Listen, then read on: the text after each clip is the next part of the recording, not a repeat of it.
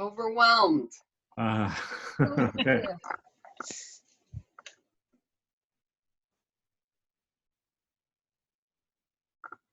And would people Great.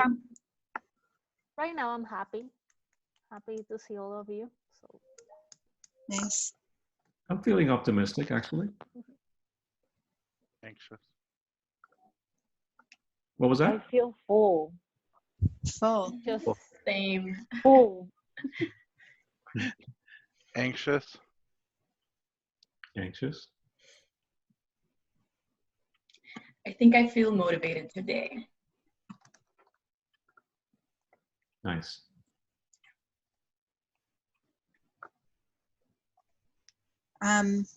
Can people are people willing to put on their cameras? I love that, Maria.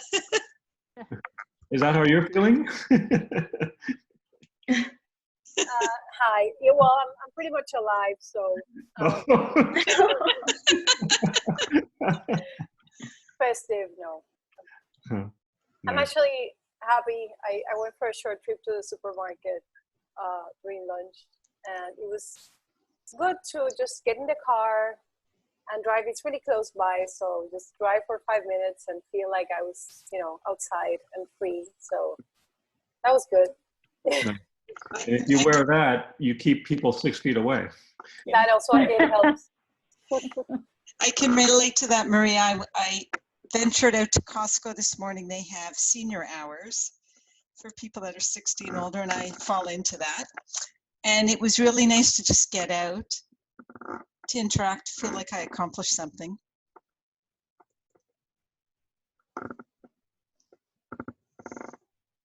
Very nice. So, what do you think, Bonnie? Should we dive in? Sure, Okay. Would you like to lead us? sure. So thank you everybody for coming on. It's great to see you. What we thought we'd do today, we introduced this concept on Monday. So we thought we'd introduce it to those who haven't heard it, and for those of you who have heard it, hear it again. It's this concept of RAIN. So the acronym is RAIN. And the R stands for, it's a structure and a way to look at things.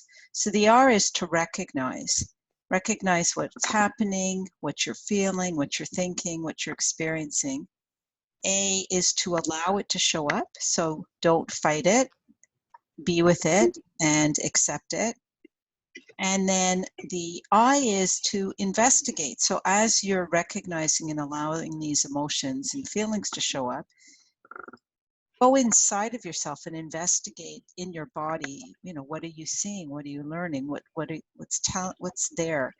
So that then the N is you can nurture. So you have wisdom inside of you to let you know what it is that you're experiencing and feeling, and what do you need from yourself in that moment. So be present with the multiple perspectives and possibilities.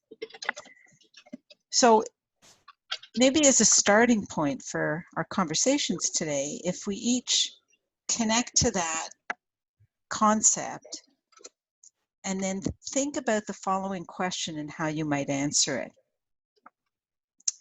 And the question is, how can we focus on what will have the biggest impact on us?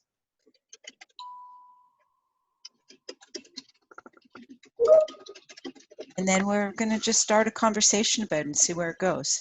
Can you repeat the question, Bonnie, please? Yeah, how can we focus on what will have the biggest impact on us?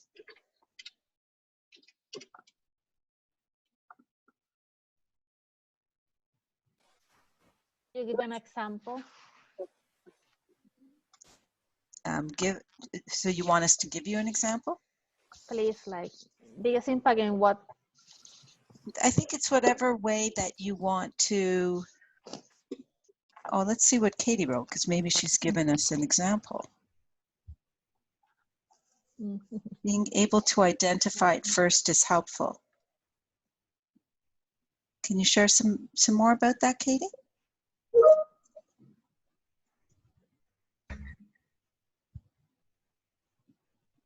Miss Katie.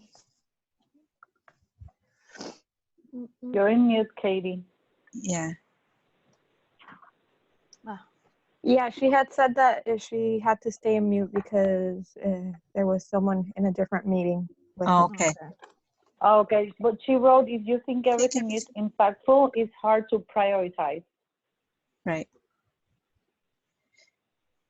So we can interpret this question in any way.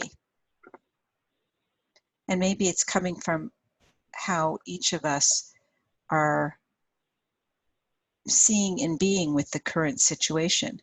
So what can we each individually focus on that will have the biggest impact on us?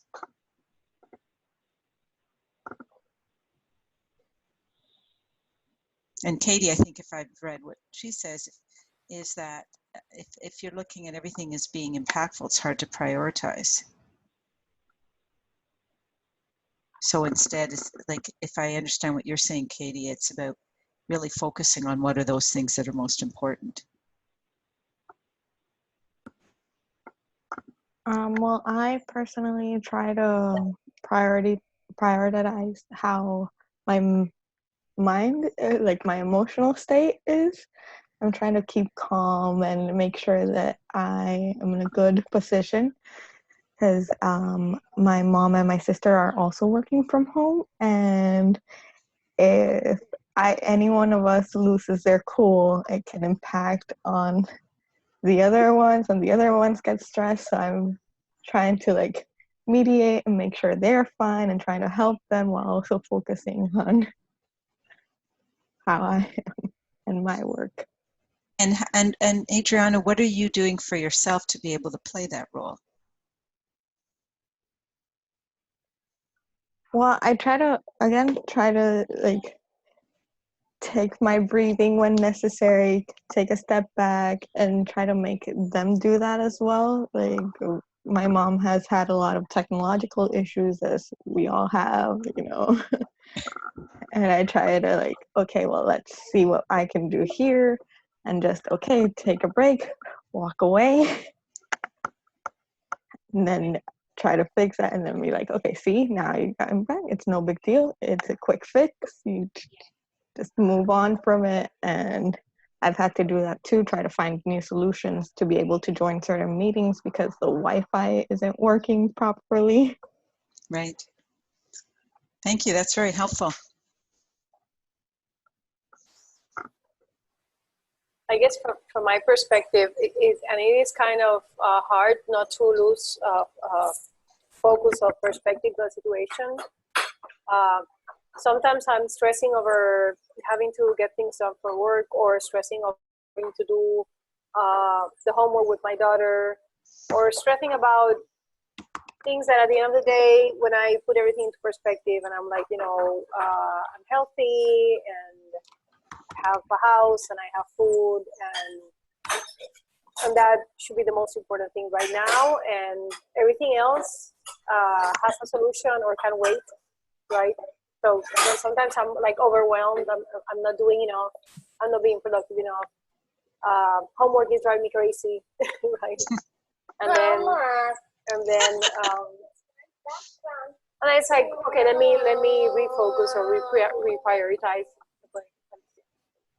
Right. And Nice. And that's beautiful, Maria. So if you notice now the R, right, which is recognize, what are you recognizing in yourself as you look at that, as you examine that? What do you feel?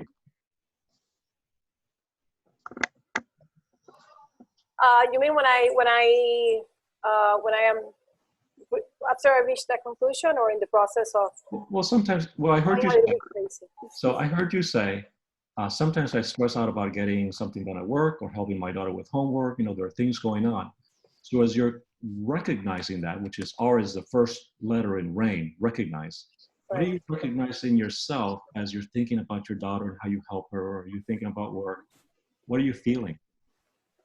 Well, it's helped me first identify the source of my anxiety and my frustration, because I realize that. Right, so you're thinking again, right? So that's recognizing the source of your anxiety, but what is the actual feeling?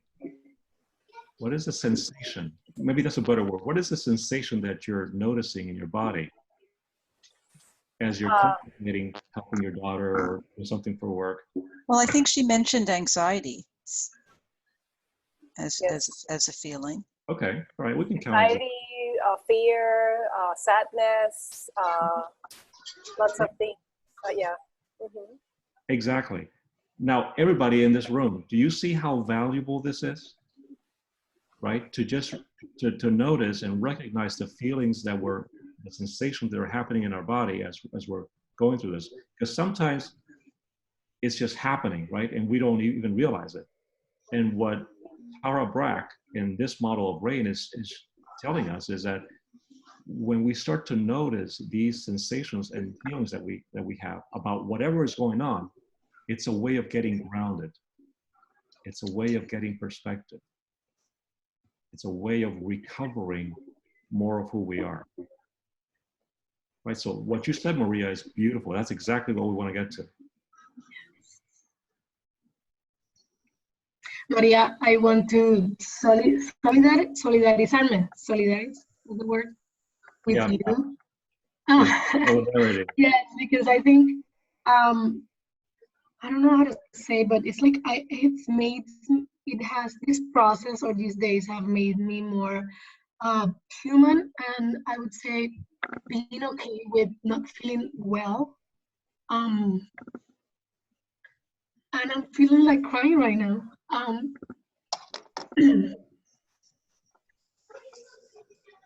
Because just that part of noticing, it could be very uncomfortable, and feeling it and the effect that it could have on others when you are not at your best, when you know you have all the responsibility.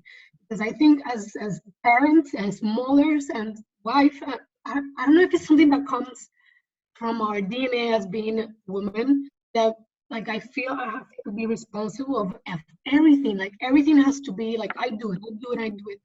And at this point and stage, I feel like, you know what, can't take it anymore. And like yesterday was my day. I guess everyone has had its day, and like I recognize it, but still was not enough. Like I spoke about it, but still was not enough. And I guess the day ended how it had to end.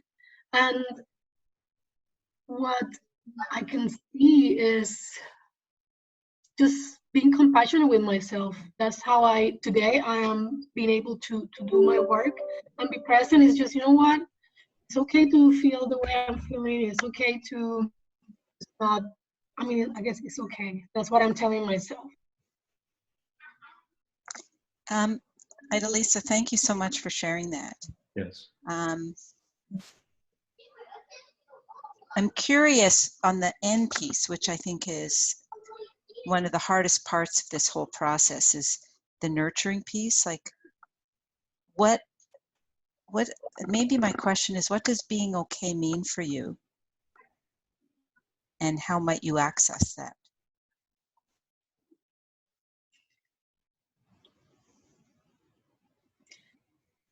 I just right now feel like this, like the day after the storm, like, so like, it's like, I'm just calm, but the outburst happened. So I can a little bit feel a bit guilty. So right now, I mean, your question is again, like how to feel okay. Mm-hmm. Just having my space and just time, allowing myself time to reflect and accepting that I am human and that things might not go as probably as perfect as I want them to be. So it's just allowing things, the emotions to, and not act on them. Yeah. And just to finish off, Eddie, for a sec. I think you used a very strong word here that I think it really resonates for me, and I wonder if it resonates for others. It's the word allowing. The more that we can allow ourselves to be in those emotions, to be in whatever is showing up, that's also part of that, the A in rain. Like the more that you can allow it to be there and you're actually in a dance with it as opposed to fighting it, the more power you're giving yourself over how you're choosing to see a situation. That's exactly where I was going, Bonnie, the Okay. allow part, because I noticed that Idelisa allowed herself to feel whatever was there and to be okay with it, right? Because sometimes we feel something and it doesn't feel pleasant or it doesn't feel enjoyable, and we try to push it away or bury it, right? And it's never fully experienced. Mm-hmm. And what sometimes happens when we do that is that it comes out later in strange ways, right? But if when we're experiencing it, we notice it, we allow it, we experience it fully, right? We recognize it and allow it, the first two parts of it, that goes a long way, right? To having it show up fully for us. Mm-hmm. And tears are a valuable access point. And they don't necessarily mean sadness. They can be. They can also be joy. They can be self-love. You know, I was watching, my daughter sent me a video of, I guess, what's his name? One of the late night show hosts, guy from the UK. And he hosted a show out of his office, and he was almost crying as he was talking about missing his family in the UK and not being able to connect to them. And he ended the show with the cast of Dear Evan Hansen singing You Will Be Found, which was amazing to begin with. But I remember when I watched it this morning, I actually started to cry with this guy because I really felt a connection to how he was just being in the moment, and he was not ashamed. In fact, he was really open to be sharing how he's feeling. I mean, this is a gift, as I see it, to this whole situation, that I think someone mentioned that we can be human and we can bring who we are. You know, if not now, when? Exactly. What do others think about that?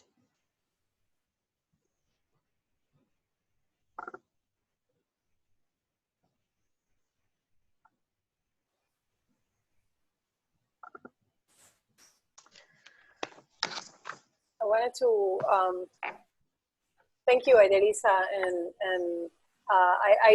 in hearing you, I hear myself. I had a pretty rough day yesterday, and I'm usually a pretty positive person, so you know, I'm like, shake it off, let's do this, I've got this, it's no problem. And yesterday was that day for me as well. That I said, you know what, I don't have this, I don't feel good. I cried, I was frustrated, I was tired, and I remember telling my husband, I feel like this is a test and I am failing miserably. Like every day I end up the day saying, okay, I failed today and tomorrow. And so I can relate strongly to that. And I felt better. I feel better today just by allowing myself to just be in that space, saying, you know what, well, yeah, well, it was bad. It was bad, you know, and just saying, it's not that you're failing, you're doing the best that you can, and you're not maybe doing it the way that you would like, you know, to be, or you expect it to be, but it's okay. It is what it is, you know. Yeah. What if failing is okay?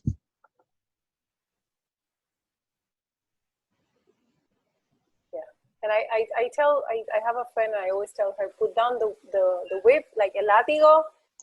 But I remember to do that with myself sometimes, you know, like we're like constantly like saying, you know, like, you don't have patience, you know, with the kid, or you're not doing this the way you should. And I guess, yeah, it's also part of being okay with failing. And, you know, like nobody prepared us for this. Right. Thank you, Maria. Who else wants to share? I can share. This is Jill, because I'm so feeling Maria over there right now. I sorry, my camera's not on. Actually literally those words came out of my mouth the other day too. I was like, I have two little ones, so I'm a full-time employee. I'm a homeschooler. I take care of my older mom. Well, she helps me, but in the end, when they're older like that, especially right now, I'm the one that has to do everything for her. I'm like, I'm a crappy mom. I'm a dropping the ball as an employee. Forget mom and teacher, and it's like all bad.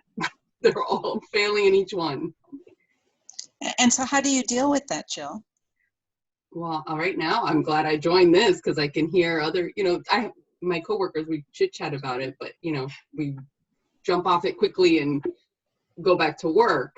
But, this and also tuning in with, a therapist that I was seeing a while back, like just hitting her up, like, are you taking online patients or whatever, like somebody to talk to give me some tips and tools. I think maybe schedule wise, find time to do the homeschooling, make time versus normally I'm home alone and I can focus on work and the kids' schoolwork is at a certain time. And so I think in the past day, that's what I'm trying to do in my mind. Like, I think this requires way more time management, and I consider myself organized and good at time management, but I think this situation requires another level or maybe a sifting of time management. Yes. I'd like to hear from one of the gentlemen, one of the guys, because so far I'm the only guy who's been speaking and I don't count as far as this conversation is concerned. So I'd like to hear some of the guys share what you're noticing, right?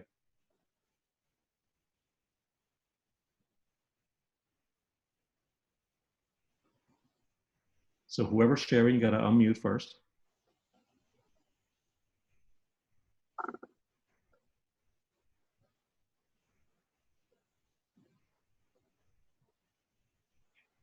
Come on, guys. I mean, I see the list of participants. There's several guys on the list here. And this has value.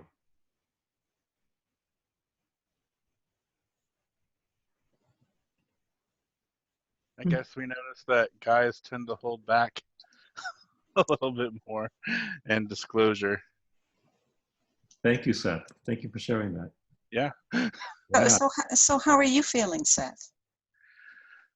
I said earlier, probably a little anxious, probably just by noticing everyone's on such heightened awareness, and I guess I can kind of feel that, especially having attended these coffee breaks and having the feedback that everyone's been sharing.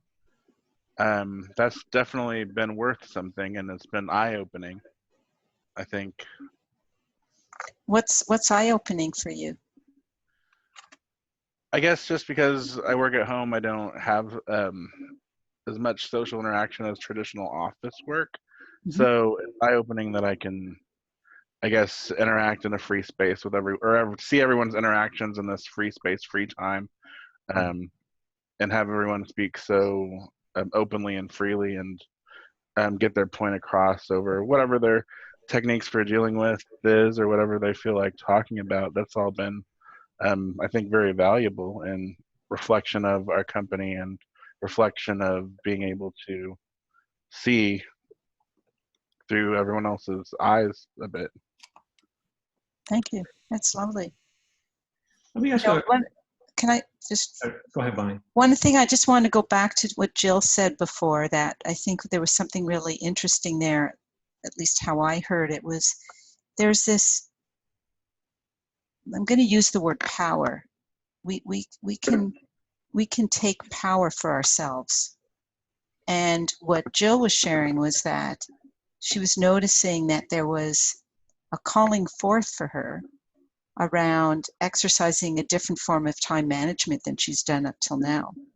And that's very powerful.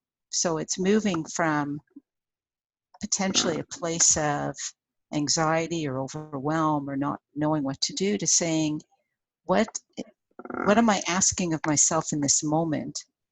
And what what do I need to be able to be able and capable of dealing in this time with all the good, the bad, and the ugly that goes with it. And in Jill's case, it was, let's look at time management. Is there a way I can structure things differently? Right. Did you want to ask a question or say anything more about that, Bonnie? No, I was just bringing clarity to what she was sharing. Okay. Then I'd like to ask this question because this ties into the allow word in RAIN, okay? And here's the question. Is there a feeling that is not okay? Is there a feeling that you experience that is not okay? Can I respond to that? Yeah. And we're demonstrating here how, like, we all have different points of view in our sharing. I think every feeling is okay. Yes. I actually believe that the more that we can, and someone mentioned self-compassion, the more that we can love ourselves and accept whatever shows up, whatever that feeling is, it's allowing it to show up. It's not about putting a judgment on it about it being okay or not okay. So maybe, Eddie, you can share some more context about what you're getting at here. Well, I was really getting to that point, Bonnie, that you articulated. I was really asking the question to see if people would contribute, because somebody might say, well, feeling sadness or feeling angry is not okay. And then we would explore that and dig a little deeper, right? So that's what I was aiming for. But the point here is that if we look at it from the perspective of our mind, we might judge some feelings as, that's not okay, I shouldn't feel like that. Or society tells me that I shouldn't feel like that. But from the perspective of your body, there are no judgments there. Your body wants to feel everything. But it's our mind that sometimes puts a judgment or a boundary on that and says, no, you can't feel that, or you're not allowed to feel that, especially guys. You can't cry, right? So I think this ties in beautifully with the RAIN model in the sense of whatever is there, allow it, and it's okay, and be with it. Sometimes I struggle with, like, I'll feel guilty. Like I've been feeling guilty. Like this morning, I was on calls all morning and I wasn't able to spend a lot of time. Like I was giving my son my phone, trying to like distract him so that I could work. And like now I've been feeling guilty for like the past hour. And then I feel guilty for feeling guilty because I'm blessed. And I'm like, so then like I feel guilty for feeling guilty. Like I'm like, what? I shouldn't feel guilty. I'm super blessed. To the point about all feelings are okay, sometimes the being okay is, I think, the hard part. Yeah. And what makes it hard for you, Francina, if you're willing to share? It's just like an internal struggle of like being grateful and focusing on the positive, and then not letting like those feelings sink in. And if they do, like I'm noticing them and I'm acknowledging, but I struggle with being okay with it. Like, I don't know. Does that make sense? Yeah, I wonder if for many of us, struggling with being okay with our feelings is happening because we have that voice in our head that's saying it's not okay. And if we could get to a place of saying, as an example, like I'm feeling really guilty right now, and I'm owning it. And so it's sort of like when you think about, instead of saying you can't feel it, change the conversation. And so I'm thinking out loud here, love ideas, but it's sort of like if I said to all of you, do not think of a pink elephant, you're going to start thinking of a pink elephant. But if as you're thinking about it, you change the visual to be something else. Or like, I'm feeling guilty. Okay, so I'm not going to fight that I'm feeling guilty. It's there. And what else can I think about in this moment so I'm not making myself right or wrong about the emotion? Thoughts on that? I have something I'd like to share on that point. Sure. I just think in terms of the feelings just want to be felt. Mm-hmm. They're their energy. And if we do not hear them, they'll stay there and they'll just become stagnant. So if it's hard to feel those, something that helps me sometimes is just write it down. You're putting it out there. And then my experience is little by little, it just kind of goes on its own. I don't know how many of you saw Beautiful Mind. The movie was out a long time ago. You know, at the end, the characters in his mind were there. They were always with him. And he just kind of acknowledged them. And instead of giving them such a kind of a bit of a platform or denying them, he was able to manage them because, you know, he had a condition. It was always going to be there. Right. And that's oversimplifying it, but I don't know, writing things down has helped me tremendously. Exactly. And by you saying that, Margarita, what you're demonstrating is the I in RAIN, right? To investigate. Yes. And the nurture, the N, Yes. which is, now, you know, it's interesting because there's this psychological term, I'm going to dumb it down because it's how I understand it, around our relationship with feelings. So if I say I'm angry, as an example, then my feeling actually owns me. If I'm saying I'm feeling angry, I'm taking it one step further away from it owning me.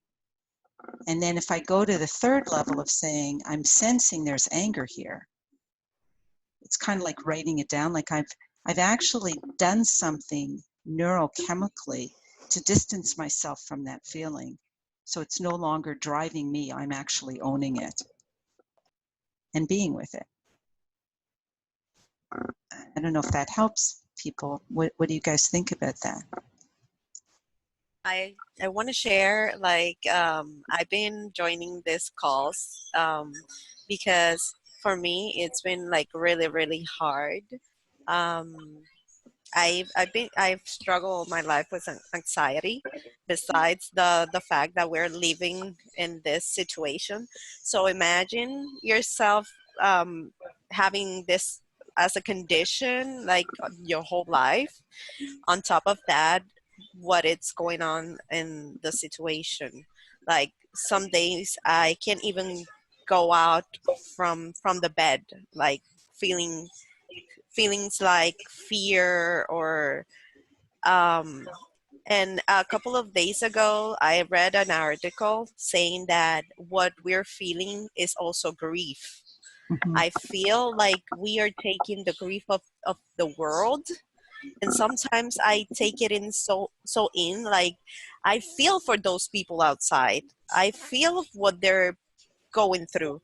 So I also can echo the words of Francina, because then I said I feel guilty because I'm here, I'm okay, my family is okay, we have food, we have a shelter, but it's a process of remembering yourself, like intentionally, a lot. Like it takes a lot of energy for you to understand that it's something that's going on, but your feelings are that are drowning you. You need to put like positive thoughts in your mind. So I also feel griefs. That's how I can describe the feeling. Right. Thank you, Joni. Yes. And, you know, with grief, there's a process, right? There's, I read the article on grief as well, or one of them. I think it was an HBR article. And there's stages of grief. So, and we have to kind of go through all the stages to be able to come out the other side. Right. And again, it means allowing it to show up and being with whatever is showing up.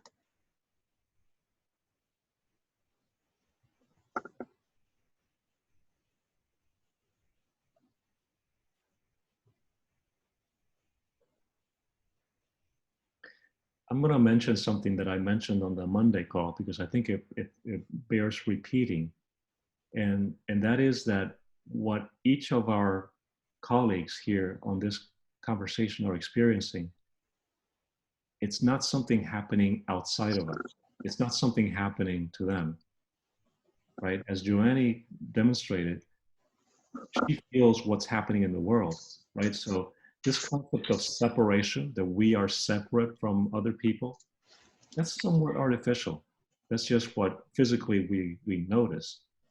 But the physical aspect is just one minor way of looking at things. I think that in a family, when you have loved ones, in a family like Abarca, there are other dimensions in addition to the physical dimension, and you can feel very close to someone. You can actually feel what they feel as part of yourself, right? I caught myself, Bonnie, saying right. so, so please notice your separation or your lack of separation, your artificial concept of separation. And you can say to yourself, man, what Joanne is feeling, I'm feeling it too. I can find it inside of me. And that connects me to her. And it connects me to other people. So it's not just me by myself struggling and feeling this, but I know that others are with me too, that this is not just myself.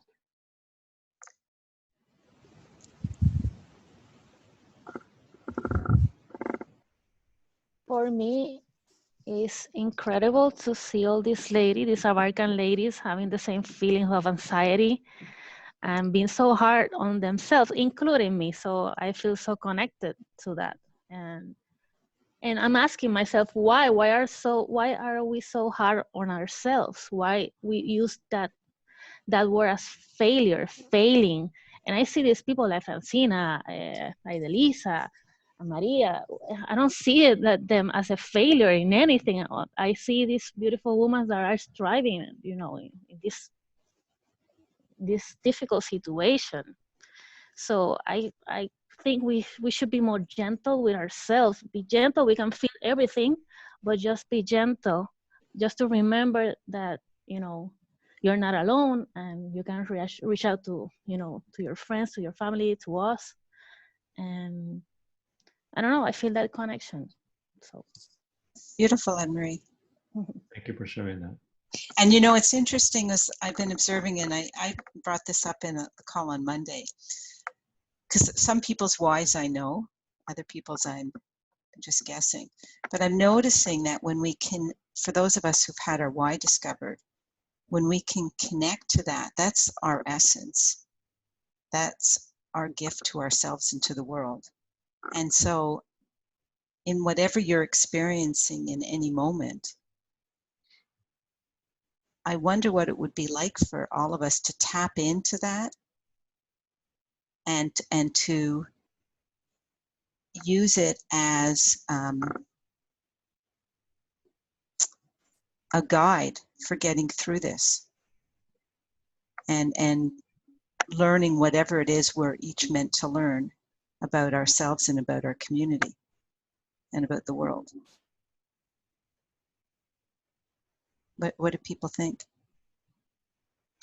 I would like to say that the feeling that most women are having today has to do with, because all of you are perfectionists, myself included. We like to get things done. We like to get them done immediately, the right way. And when we're at home, not getting those things done, we feel like we failed at something, but we're not actually failing. We're just getting ready for the next set of things that we will do in the future. I wanted to take advantage and provide some positive feedback to Idelisa and Maria. It's not bad to fall down. What's good is that you get up and you get up stronger each time. 5 minutes of crying, vulnerability, isn't bad either. It lets your lungs free themselves. It lets you see things in a different way. And I think that we're all sharing the same emotions, and they're all wonderful emotions, and we're learning from them. And I think that's what's important. Exactly. Beautiful, Nat. Beautiful. Thank you for sharing. Idelisa, you want to say something? I'm just saying thank you, Norma. Yeah. Thank you, Norma. Thank you. I want to mention something again for the guys, because I catch myself doing that too. So I am a thinking machine. And I think many guys prefer to think instead of to feel. And let me tell you guys, the solution to that is to get out of your head, is to feel, to get in your body and to notice whatever you're noticing, and let that be okay. That is the easiest way to get out of your head.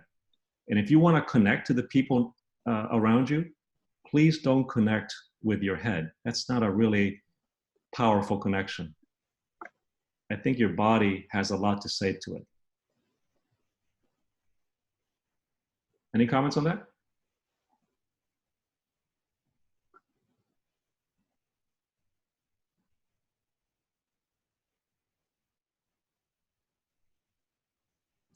Any comments about anything else?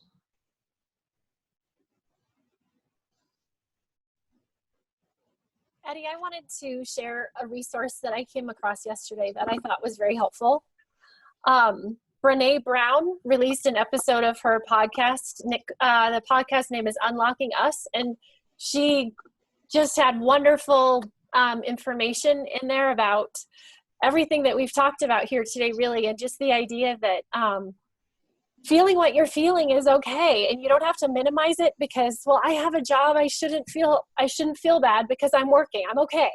But it's okay to still feel what you're feeling and not to minimize it. So it's a really great listen if anyone would be interested. Nice. What's the name of the podcast again? It's Brene Brown, and her podcast name is Unlocking Us. Right. She also has it's a little long. It's about an hour and 5 minutes. And it's one of her lectures around daring greatly, which is on Netflix. And I can't usually sit through an hour-long lecture of anything.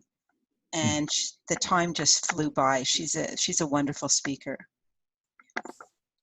Yes, definitely. Yeah, the podcast yesterday was a half an hour, so it's a little bit shorter listen, but it's specifically geared to the time that we're going through now, and we've kind of gone through the adrenaline phase, and now we're in the we're exhausted phase.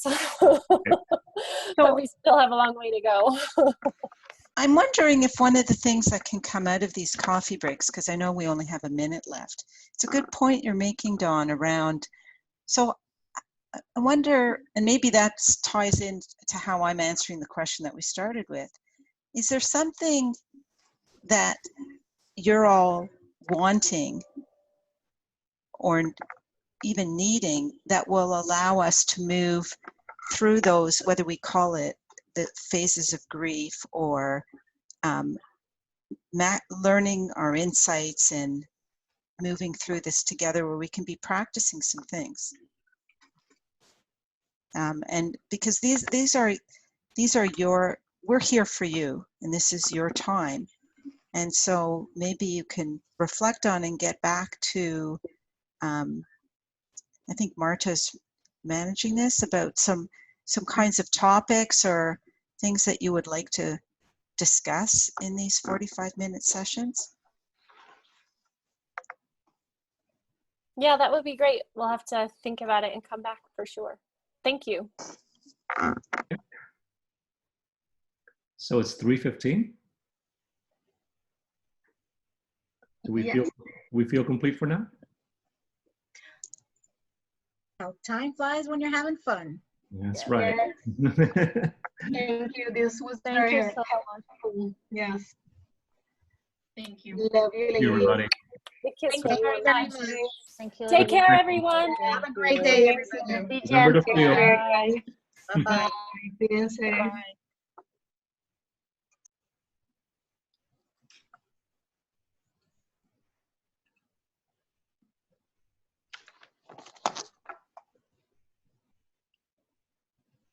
Bye, guys. It was wonderful.